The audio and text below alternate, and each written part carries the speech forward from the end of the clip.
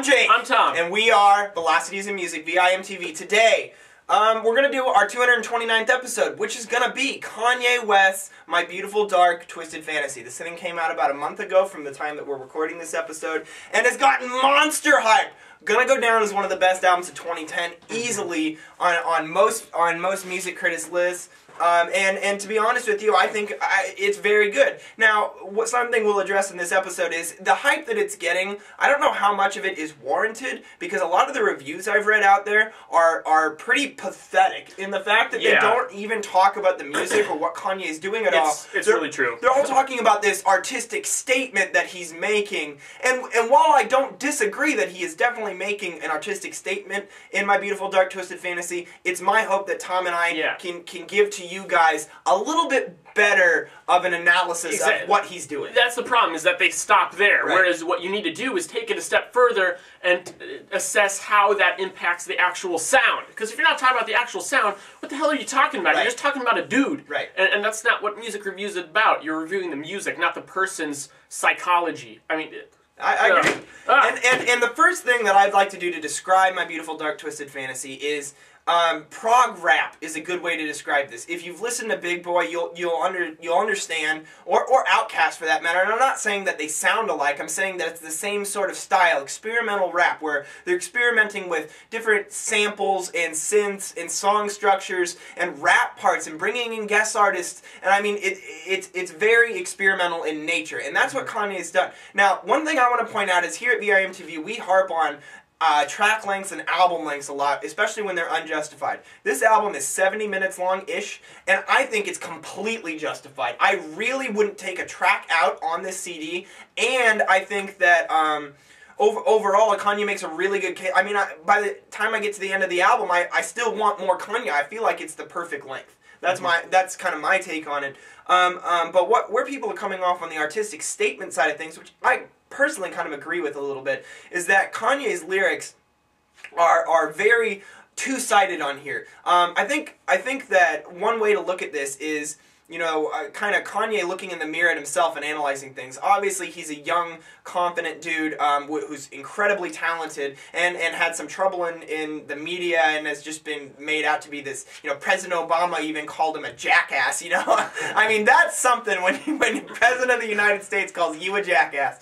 But you know, he does give that hubris, that excessive pride off on this album. He comes off as kind of cocky and arrogant, especially on the front half. On the back half of this album, I think he gets much more introspective and kind of tough on himself at times.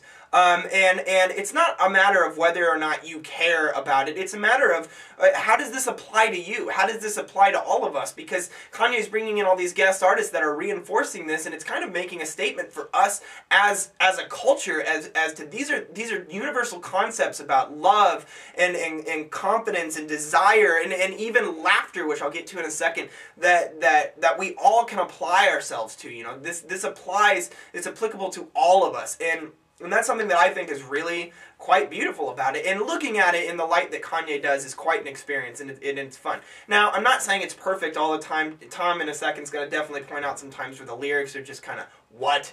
But one thing that I really do like, that I think is to each his own, is there's subtle laughter throughout this album. And I think that kind of gives it a more human factor, the lyrics. It takes some of the effect off of just this really polarizing, you know, kind of crybaby bitch character and this really arrogant, confident, you know, Kanye. And it does it with a lot of tact, I think, because, you know, there's a lot of jokes, you know, pointing out he compares himself to the King of Leon, and and he has so many Urkels on his team, that's why his win's low.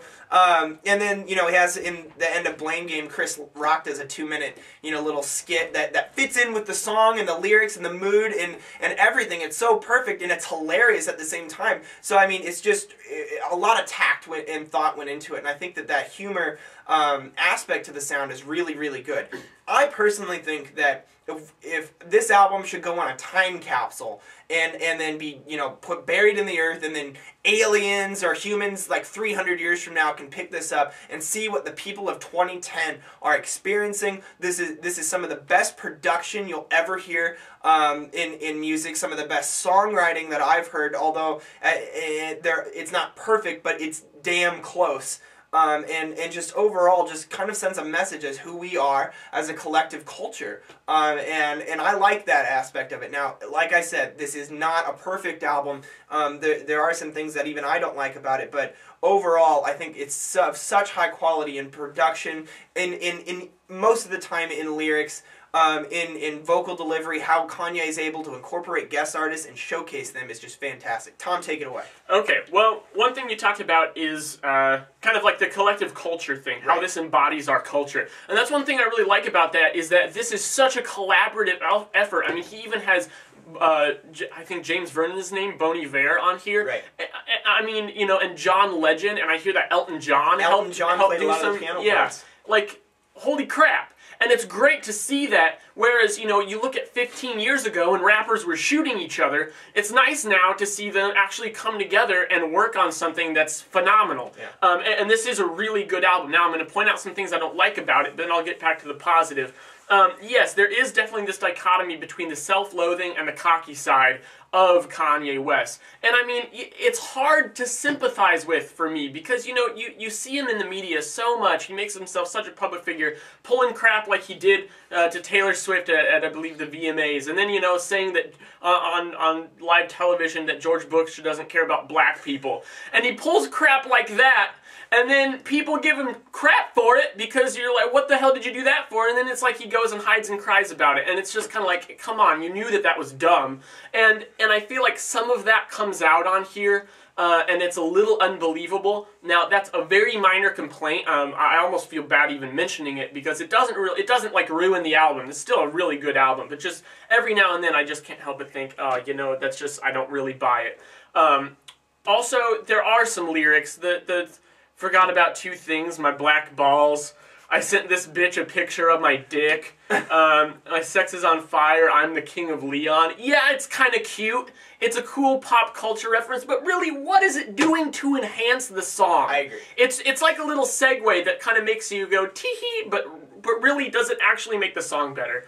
One thing, and track 5, All of the Lights, pretty good song. We were saying probably one of the weaker ones on the album. Has Rihanna. I just don't like Rihanna. I think Rihanna makes everything worse in this world. I think Rihanna's albums would be better without Rihanna. Like, Also, only two other little issues I had with this is every time he makes the sound, heh, heh, I'm like, what are you doing?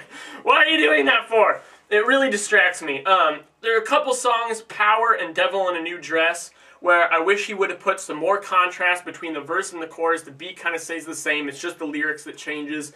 But I would have liked more contrast to make that a little more obvious. Really minor complaint. Also, you're talking about the outros of Runaway and Blame Game. And those are two fantastic songs. And they've got these like 2.5 to 3 minute long outros, and they're good, but I still would have liked to see them like cut in half. Other than that, though, I really have no complaints. This is a really good album. Like I said, the collaborations, the guests are perfect. The production, oh my gosh, the production. I'm so glad to see someone bringing back sample-based rap music. He samples Aphex Twin, Smokey Robinson, King Crimson, for the love of God. That's awesome. And he brings it all together to make this really like kind of lo-fi, like we were saying, kind of like prog experimental sound. He uses lots of cool effects and filters on his voice that you just don't hear in rap these days. Yeah, he's very talented and unique. Yes. That's really all I gotta say.